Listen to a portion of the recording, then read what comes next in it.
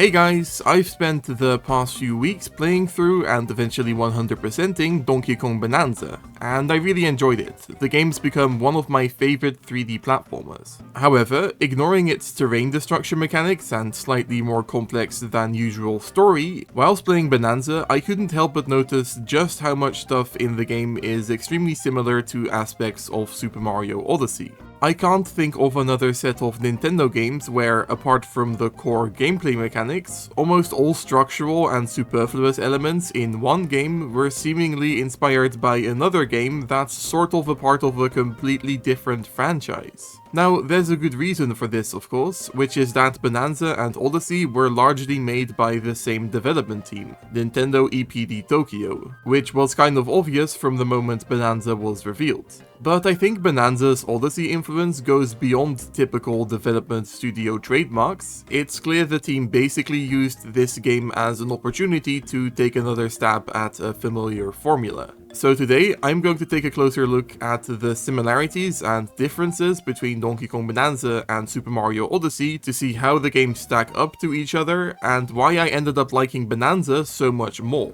Oh right, I hadn't mentioned that yet. Yeah, I'm one of those weird people who doesn't love Super Mario Odyssey quite as much as the rest of the internet. If it's your favorite game of all time, I hope you can deal with the fact that I'll be mentioning some gripes I have with it. For what it's worth, I can also endlessly criticize my own favorite games, so please just keep an open mind. Also, this video contains spoilers for both games. Alright, so let's start by quickly going over some of those endless similarities between Donkey Kong Bananza and Super Mario Odyssey, and let's get the obvious stuff out of the way first. Bananza's bananas are just like moons, including banana bunches and multi-moons. Gold is like coins, fossils like purple coins, these tuning fork checkpoints work exactly the same as checkpoint flags, the separation between stuff shops and style shops is exactly like the yellow and purple departments of Odyssey's crazy cap stores, the outfit system itself has also been carried over, and of course layers are the equivalent of kingdoms. In fact, Donkey Kong Bananza's 17 layers are structured very similarly to Super Mario Odyssey's 17 kingdoms, with some being little more than glorified boss arenas that feature very little story progression or unique NPCs, and others being larger open worlds with unique characters that usually have some kind of problem that the player needs to solve on top of the fight against the villains. And speaking of which, the whole story in both games is a chase after the group of baddies who you occasionally catch up to. In Bananza it's a race to the center of the Earth, and in Odyssey it's a chase around the Earth. The first world introduces the companion character who does all the talking and facilitates the game's main power-up gimmick. After both games' early big desert worlds, you're allowed to pick which world you want to travel to next, though you're still supposed to visit the other one afterwards. This split path is followed up by the first confrontation with the game's villain, who has a selection of henchmen you fight throughout the other worlds. Then in the second half of the game, there's a tropical world, one where you have to participate in a race, and one where you temporarily lose your companion character. Now, the endings of both games is where they do diverge quite significantly, because although they do both feature a more difficult repeat of the earlier fight against the main villain, and the reveal that there's one more world to beat, in Odyssey, the only surprise beyond that point is the Bowser escape sequence. Whereas, and again, spoilers, in Bananza, King K. Rool shows up, murders Void Kong and hijacks the plot,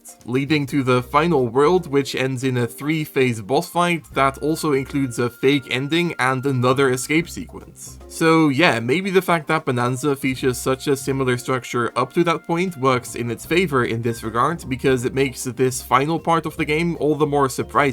But anyways, we're not done with the similarities yet. Each layer or kingdom features a repeating set of the same type of activities that reward you with bananas or moons, like an NPC that quizzes you, or one that requires you to wear a certain outfit, time attack challenges, a chat with a familiar character like Cranky Kong or Captain Toad, and obviously bonus rooms, which in Bananza always contain 3 bananas, and in Odyssey always contain 2 moons. Although you can teleport to checkpoints from almost anywhere, warping to a different area requires you to visit one specific location in any given world. There are no lives, so when you die, you lose a bit of money. Assist mode works pretty much identically, and you can buy hints that reveal the locations of collectibles. The game revolves around transformations, with one taking center stage in each of the major worlds, and many of these getting brought back during the final pre-boss fight sequence. And in terms of movement, there are very similar roll and spin jump moves, and this mid-air turf surf into chunk jump sequence in Bananza serves a very similar purpose to the quintessential cap throw dive combo in Odyssey.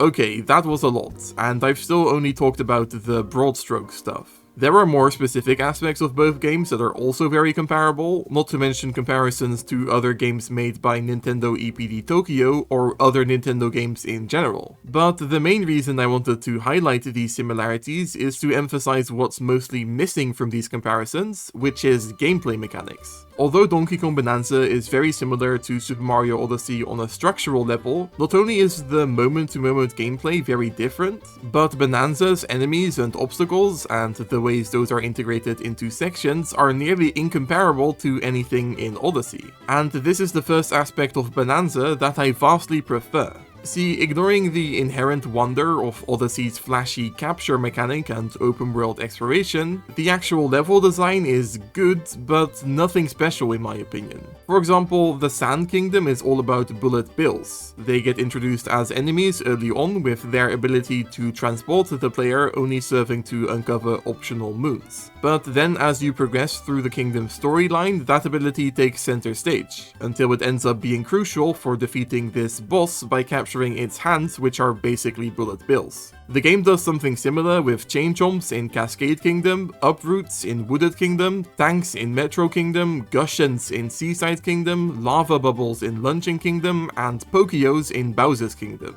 Now, the obvious thing to do here would be to compare these capture abilities to the Bananza transformations in Donkey Kong Bananza, and indeed I do prefer those. The simple fact that using these barely limits your ability to run around or interact with the world as normal makes them way more freeing to use than basically any capture, which usually only serves one purpose and is extremely limited beyond that.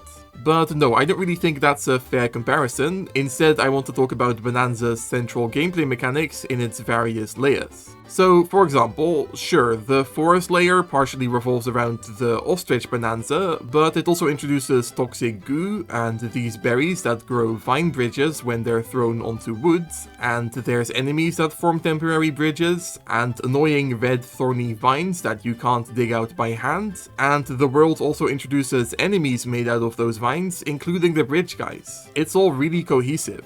Obviously, the game's dynamic terrain material system gave the developers a lot of freedom when it came to integrating different thematic abilities into more generic existing enemies and obstacles. Okay, fine, so Bananza's forest world features a number of cool mechanics, but in comparison, the same goes for Odyssey's forest world, right?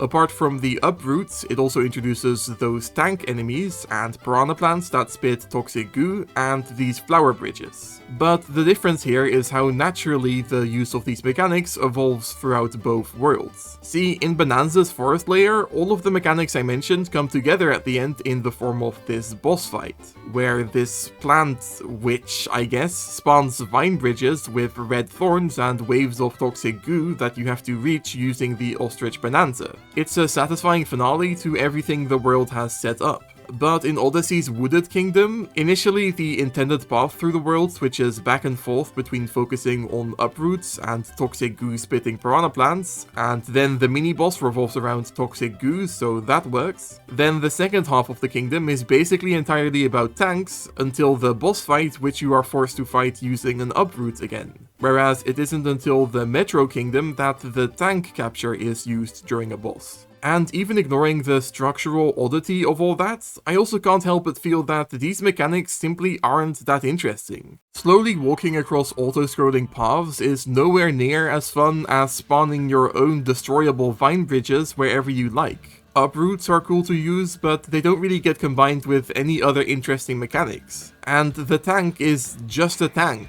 You drive around shooting stuff. This has nothing to do with platforming, in my opinion. And there's loads of these kinds of mini-game sections throughout Odyssey that I don't personally like that much. Compare that to Bananza, where every crazy new mechanic or ability ties back into the main gimmick of the game, which is its dynamic and destroyable terrain. So yeah, there's the vine bridges, but beyond the forest layer, how about these enemies that form rainbow bridges which you can take a chunk out of to fly into the air? Or these little ice cubes that you have to dig a path for, or goo that switches places when you destroy it, or terrain chunks that switch materials when you hit one of these hops, or sections where throwing terrain of any kind forms crystal bridges which in later areas start rotating. The list just goes on and on. I've played a humongous amount of platformers, both 3D and especially 2D, and Donkey Kong Bananza features some of the most creative uses and combinations of simple gameplay mechanics I've ever seen.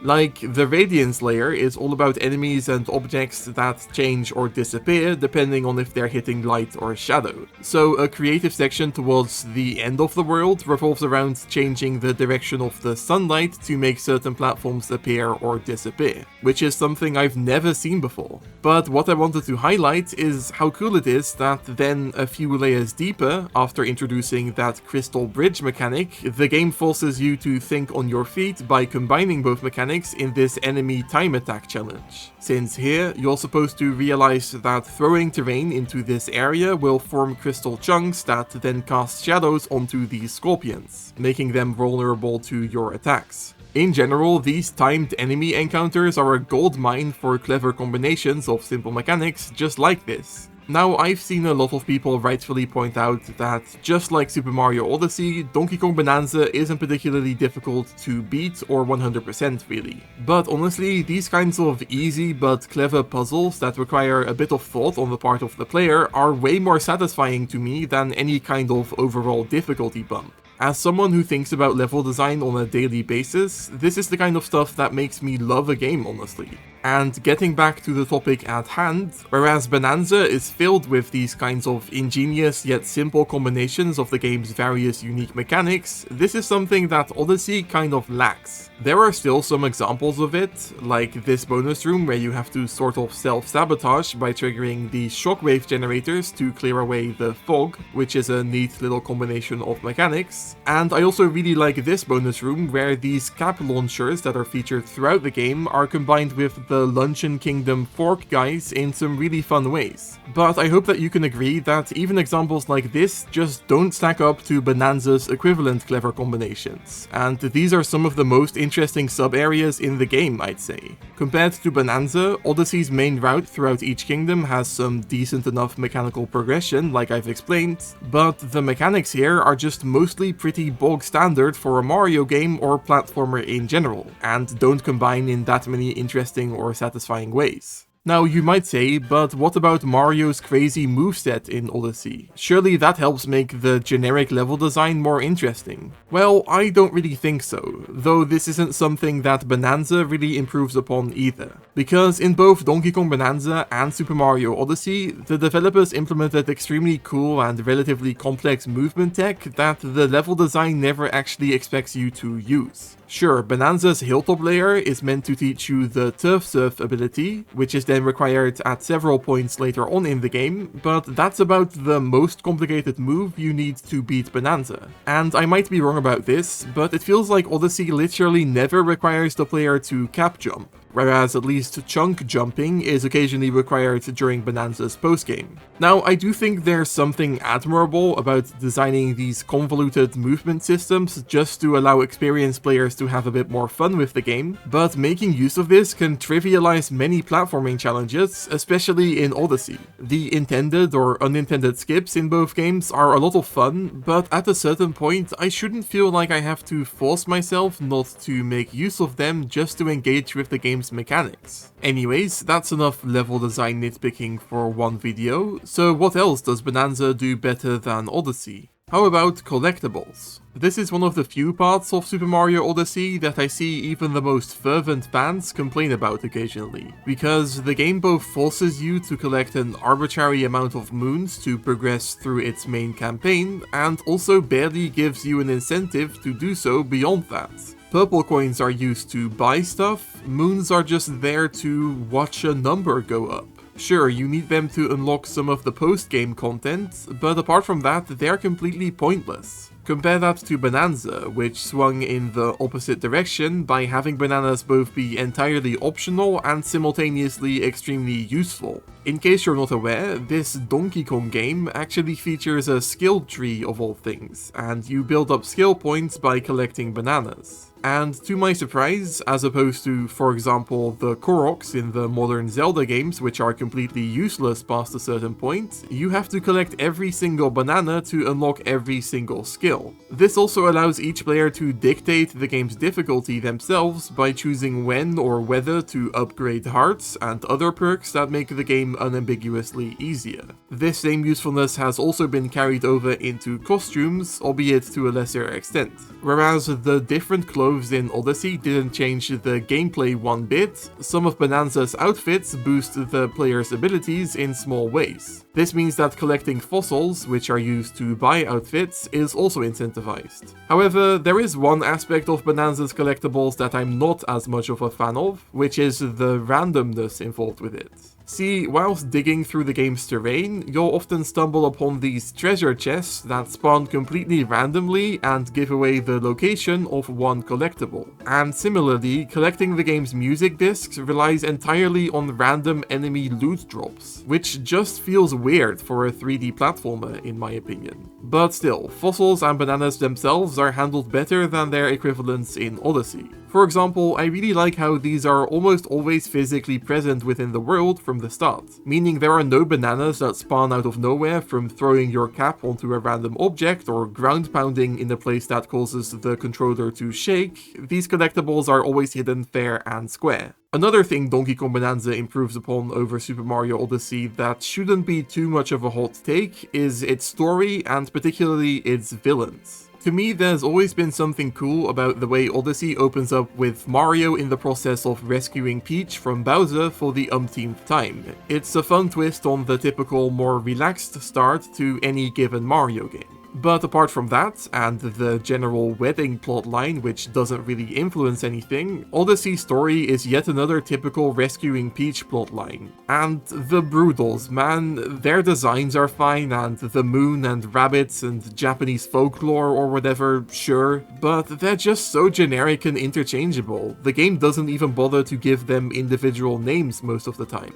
Now, I'm not going to pretend that Donkey Kong Bananza has some kind of earth-shattering deep story with extremely complex characters and plot twists that don't come out of nowhere, but what it does have is an overarching plotline that keeps you guessing and surprised me on multiple occasions, and several characters with consistent personalities and simple arcs. For example, I really like how Pauline's growing confidence throughout the game is never made super explicit, but is subtly shown through the way her reactions to the Bananza concerts change with each new transformation. And it's clever how, because her singing ability is required to activate the Bananza transformations, she actively participates in the final stretch of the game by singing to keep the Bananzas going, basically tying her character arc into the gameplay. Also, of course, the Broodals pale in comparison to Voidco, which makes sense since the player gets numerous opportunities to talk to Grumpy and Poppy Kong throughout the game and hear their thoughts on the events that have transpired,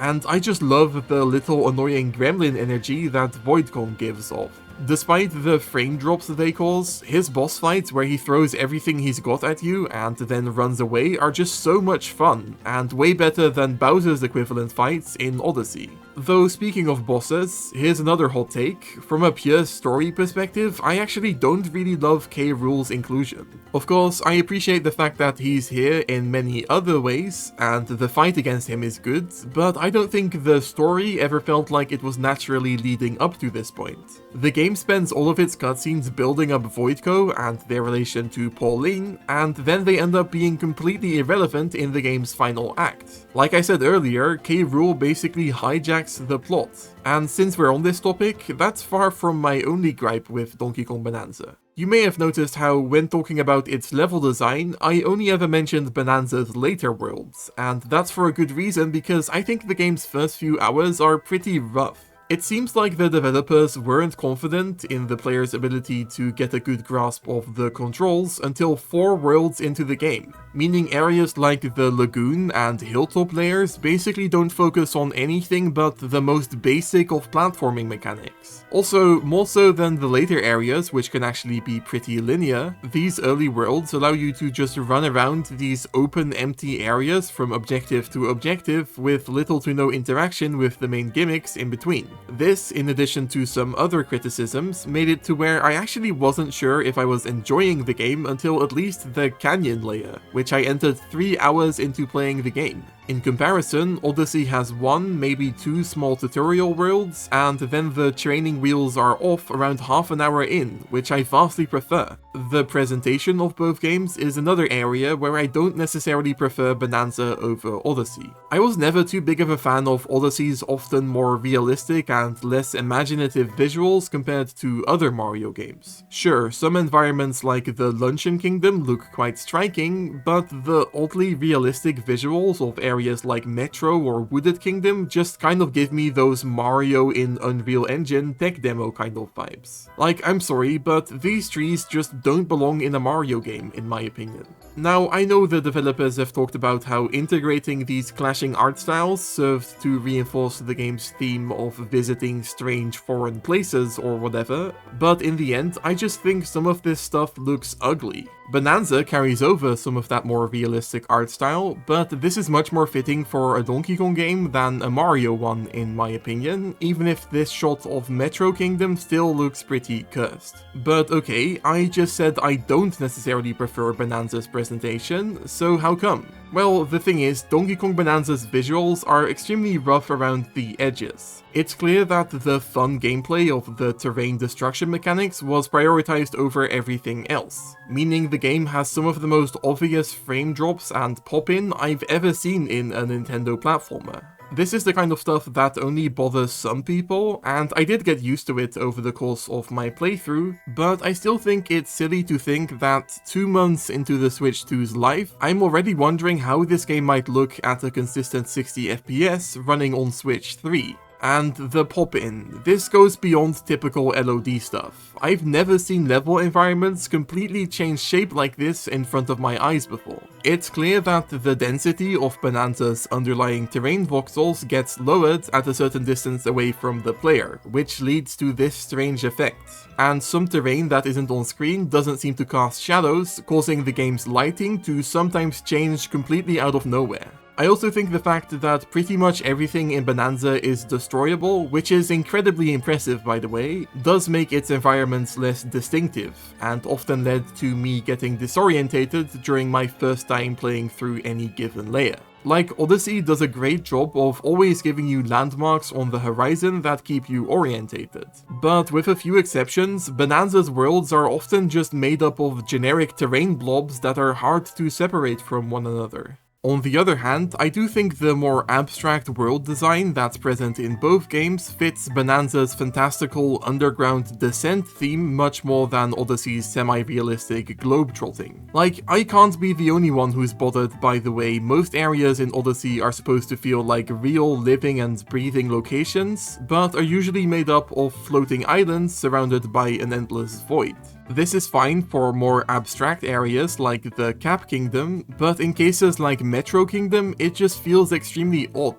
And in comparison, this same design choice feels much more natural in a game like Bananza, where nothing about its world design is supposed to feel realistic. And in case it hasn't become clear at this point, that's sort of how I feel about Donkey Kong Bananza as a whole. It takes the skeleton of Super Mario Odyssey and applies a Donkey Kong skin to it in a way that fixes many of the problems I had with the original. Bananza is far from a perfect game, but it features some of my favorite platforming mechanics I've ever seen, and also just gets better the longer you play it.